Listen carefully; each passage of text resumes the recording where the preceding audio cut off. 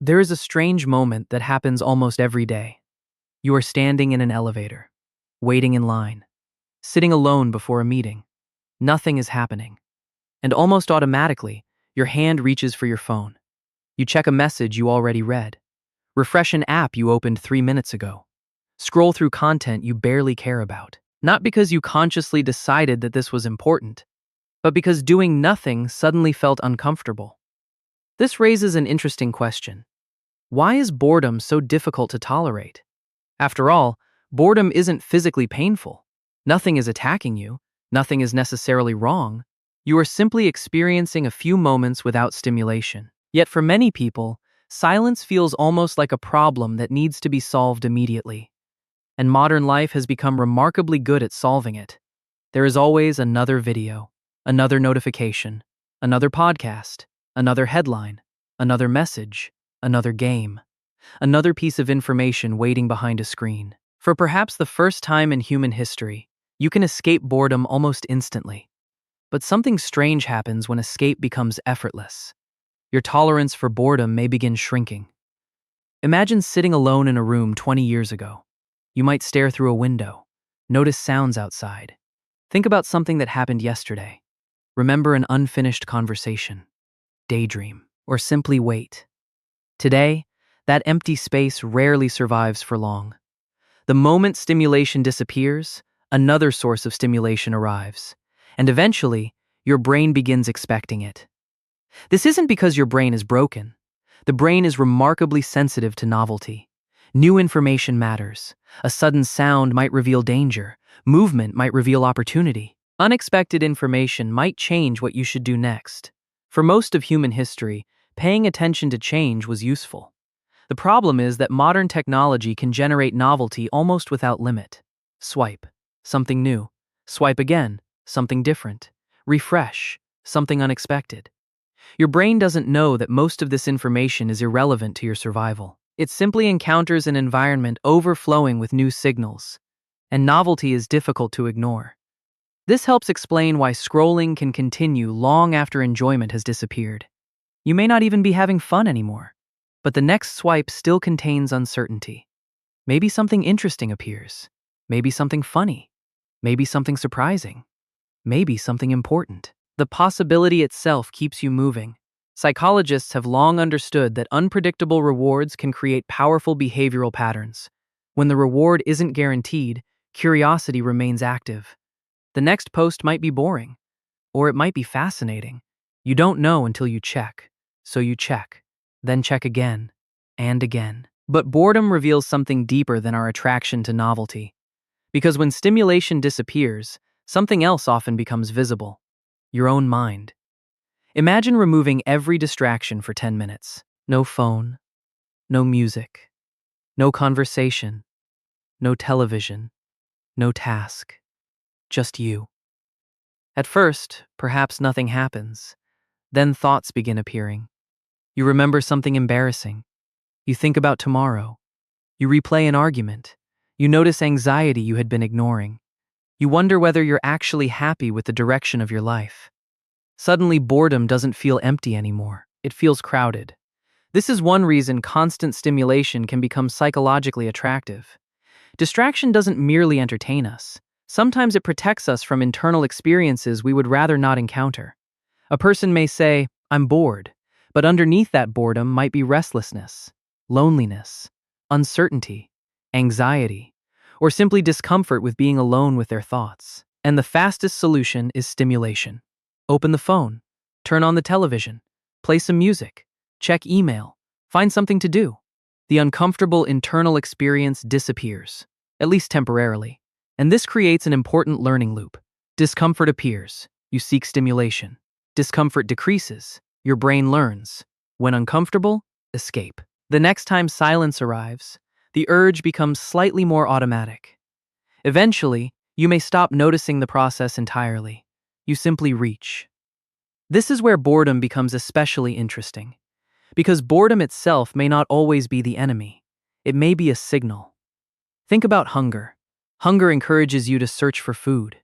Think about loneliness. Loneliness can encourage social connection.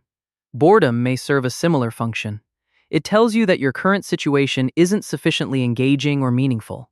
That signal can motivate exploration, creativity, curiosity, goal setting, change. But there is a difference between responding to a signal and immediately silencing it. Imagine a smoke detector that begins beeping. You could investigate the smoke, or you could remove the battery. Constant stimulation can sometimes become the psychological equivalent of removing the battery. The signal disappears, but you never discover what it was trying to tell you.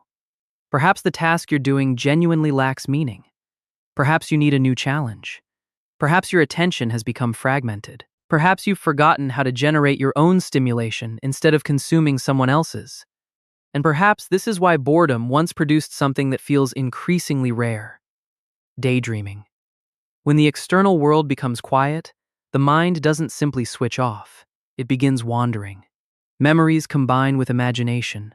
Unrelated ideas collide. Future scenarios appear. Problems are rehearsed. Questions emerge. You begin generating rather than receiving.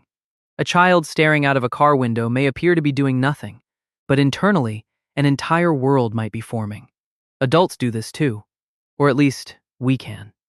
The difficulty is that imagination requires empty space, and empty space now has enormous competition. Every quiet moment can be filled before the mind has time to wander anywhere. This creates a paradox. We complain that we cannot focus, yet we rarely allow attention to exist without feeding it something. We complain that we aren't creative, yet we eliminate many of the quiet moments in which spontaneous ideas could emerge. We complain that life feels fast, then fill every pause with more information. Perhaps your brain doesn't simply hate boredom. Perhaps it has learned that boredom is unnecessary. Why tolerate 10 uncomfortable seconds when stimulation is one movement away? Why wait for your mind to create something interesting when someone else has already created an infinite feed? Why sit with uncertainty when distraction can temporarily erase it? The answer becomes more important when you realize what happens next. Because the more frequently you escape low stimulation, the more ordinary life can begin to feel painfully slow. A book competes with endless novelty. A conversation competes with notifications. A difficult project competes with instant entertainment. Even your own thoughts compete with an algorithm designed to keep presenting something new. And slowly, without realizing it, you may train your attention to expect a level of stimulation that ordinary life was never designed to provide. That is where boredom stops being a minor inconvenience. It begins changing the way you experience everything else. Imagine eating an extremely sweet dessert. The first bite tastes intense. The second still feels exciting. But after several bites, something changes. The sweetness becomes normal. What once felt extraordinary becomes expected. Attention can adapt in a surprisingly similar way. When your brain repeatedly encounters rapid novelty, constant entertainment, and immediate rewards, ordinary levels of stimulation begin to feel less interesting by comparison. This doesn't mean your brain has been permanently damaged. It means your expectations have adapted. And adaptation happens quietly. Consider short-form entertainment. Every few seconds, the scene changes. A new face appears. A new idea begins. A joke arrives. Music shifts. Something surprising happens. Then, before your attention has time to become bored, another stimulus replaces it. Compare that with reading a difficult book.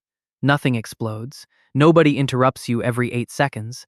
The reward might not arrive for several pages. Understanding requires effort. Your brain must participate. Suddenly, the book feels slow. But perhaps the book hasn't become slower. Perhaps your internal expectation of stimulation has become faster. The same thing can happen with work. Imagine beginning a difficult project. For the first 10 minutes, progress feels almost invisible. There is uncertainty, effort, confusion, no immediate reward. Then your phone vibrates. One notification. Instant novelty. You check it. For a moment, your brain receives something easier. Then you return to work. 30 seconds later, you wonder whether anything else happened. You check again. Eventually, your attention begins resembling someone repeatedly walking out of a difficult conversation. Every time effort rises, escape becomes available, and the brain notices. This matters because meaningful activities often contain long periods where nothing exciting happens. Learning a language is repetitive. Writing is frustrating. Building a business contains tedious work. Exercise contains discomfort. Relationships contain ordinary conversations. Mastering an instrument means practicing the same movements thousands of times. Almost everything valuable requires tolerating moments that are not immediately rewarding. Boredom is often standing directly between you and depth. But if you've trained yourself to escape every moment of low stimulation, depth becomes increasingly difficult to reach. You begin a task. Boredom appears. You leave. You return. Boredom appears again. You leave again. Eventually you conclude, I can't focus. But perhaps part of the problem is that you've practiced leaving more often than you've practiced staying. Attention is not merely something you possess. It is also something you train. Every time you remain with a difficult task after the urge to escape appears, you're practicing one kind of attention. Every time you immediately switch to stimulation, you're practicing another. Neither choice feels dramatic. But repeated thousands of times, small choices become habits.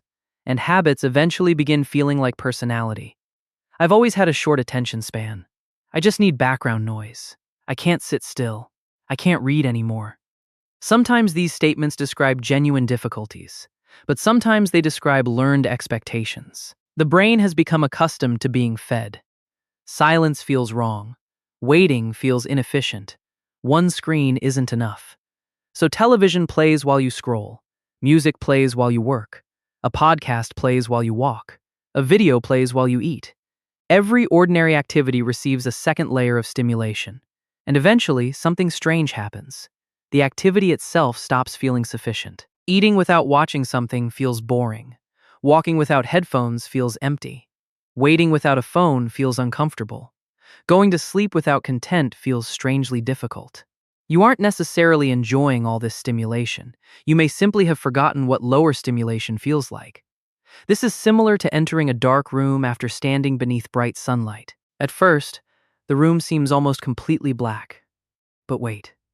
Your eyes adjust. Shapes appear. Details return. The room didn't change. Your sensitivity did. Boredom may work similarly. When you first remove stimulation, ordinary experience can feel painfully dull. Your hand reaches toward the phone almost automatically. 5 seconds feels long. A minute feels ridiculous. The mind begins bargaining. Just check one thing. There might be an important message. I'll start working after this. But if you don't immediately escape, something interesting can happen. The intensity begins changing. You notice the room, your breathing, sounds outside, a thought you hadn't finished, an idea, a memory. The mind slowly recalibrates. This is why boredom tolerance is less about enjoying boredom and more about recovering sensitivity to ordinary experience. The goal isn't to spend your life staring at walls. It is to stop requiring constant entertainment in order to feel okay. Because when your stimulation threshold decreases, simple things begin becoming interesting again.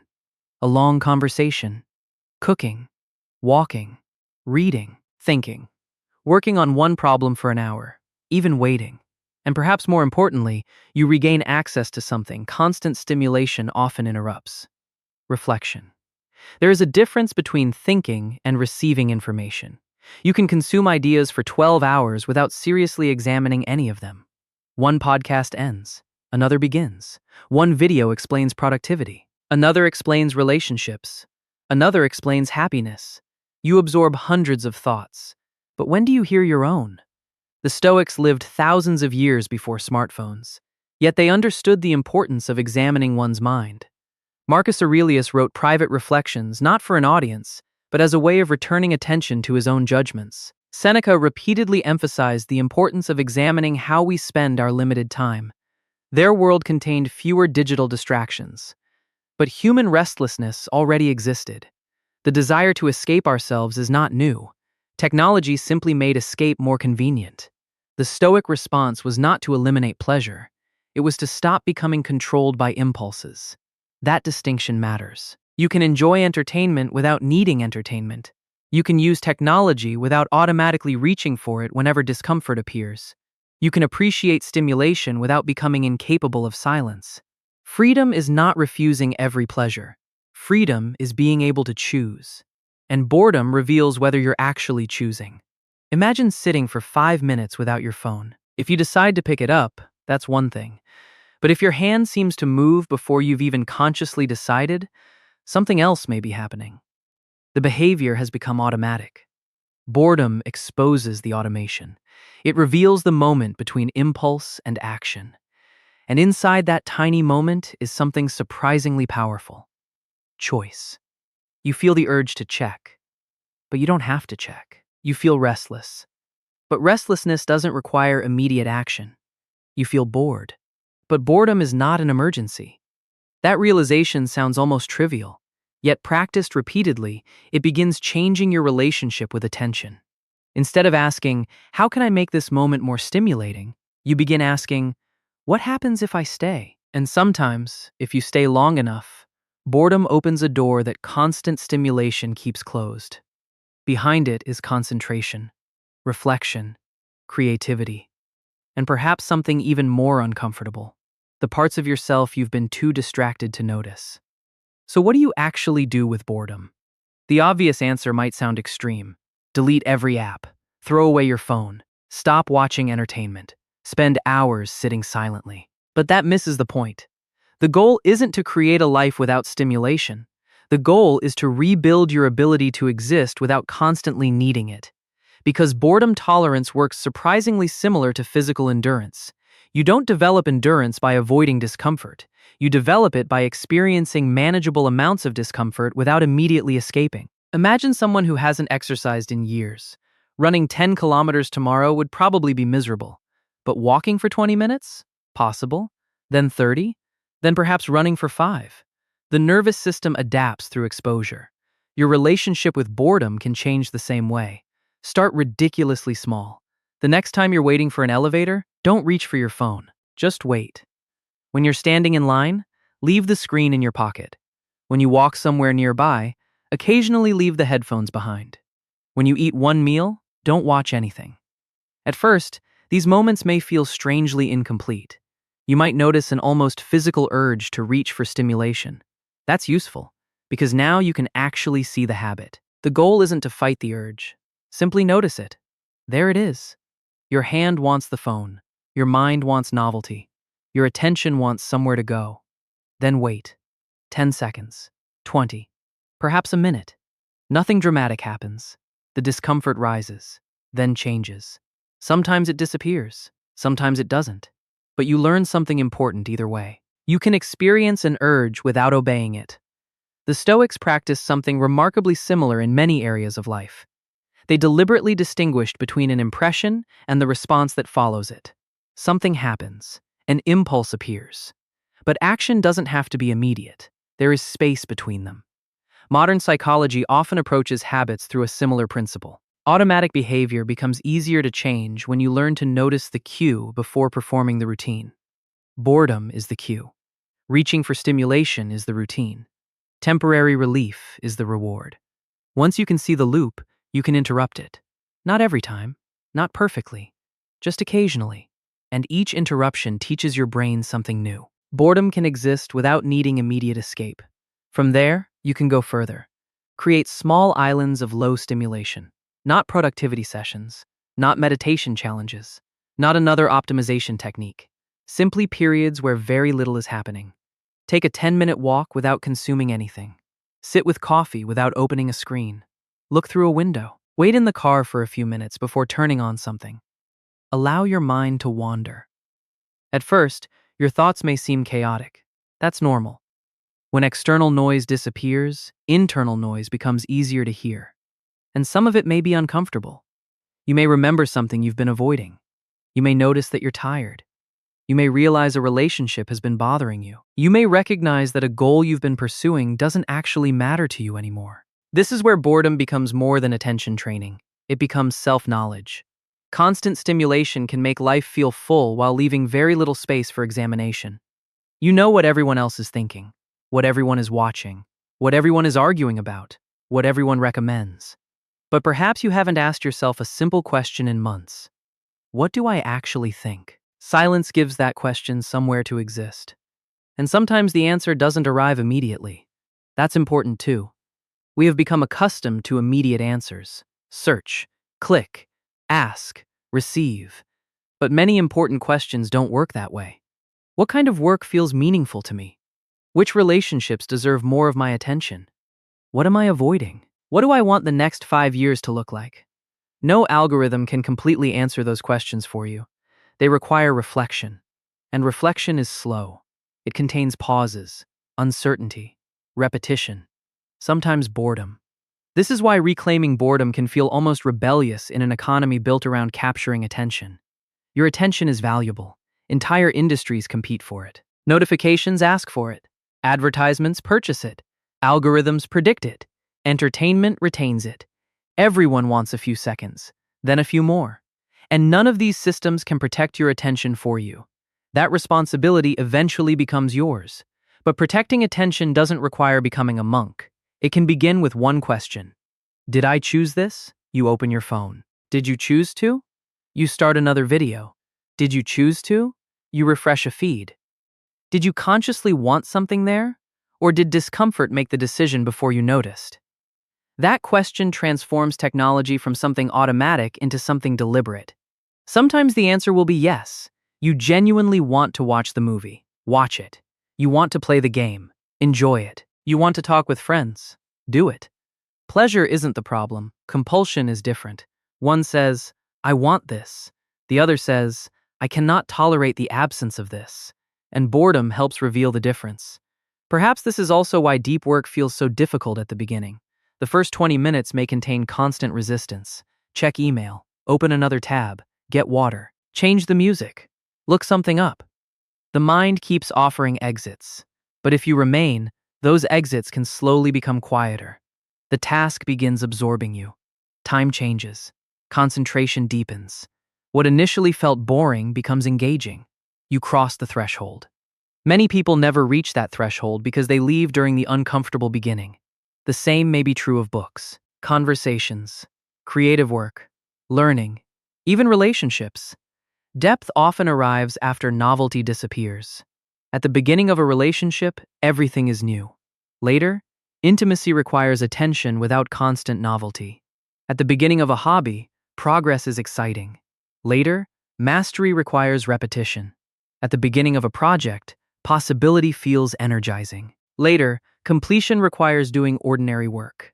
If you constantly need novelty, beginnings become addictive and continuation becomes painful. You start many things, finish few. You collect interests, but struggle to develop mastery. Boredom tolerance changes this. It teaches you that not every meaningful moment needs to feel exciting. Some valuable moments feel repetitive. Some feel slow. Some feel uncertain. Some feel completely ordinary. And perhaps ordinary life was never supposed to compete with an infinite entertainment feed. A sunset doesn't change every 3 seconds. A friend doesn't deliver perfectly optimized conversation. A book doesn't send notifications begging you to continue. Your work won't always provide instant feedback. Real life moves at the speed of real life. The question is whether your attention can still move at that speed. Perhaps becoming comfortable with boredom isn't really about boredom at all. Perhaps it's about recovering ownership of your mind, being able to sit quietly without immediately escaping, being able to work when nothing exciting is happening, being able to listen without checking something, being able to walk without consuming, being able to think before receiving another person's thoughts, and being able to notice an impulse without automatically becoming its servant. Marcus Aurelius repeatedly returned his attention to what was immediately in front of him. Not because the world around him was quiet, it wasn't, but because attention determines what receives your life. And every time you give your attention to something, you are giving it something you can never recover. Time. Maybe boredom feels uncomfortable because your brain has become accustomed to escape. But habits can change. Sensitivity can return. Silence can become familiar again. You don't need to eliminate stimulation. You simply need to rediscover that you can survive its absence. And eventually, the empty moments stop feeling quite so empty. You notice more. Think more deeply. Stay longer. Create instead of immediately consume. And perhaps one day you find yourself waiting somewhere. No phone in your hand. No headphones. Nothing particularly interesting happening. For a moment, the familiar urge appears. Find something. Check something. Escape. But this time, you don't. You simply remain where you are. And slowly you realize something that constant stimulation made easy to forget. Boredom was never an emergency. It was simply a quiet space your mind had forgotten how to enter.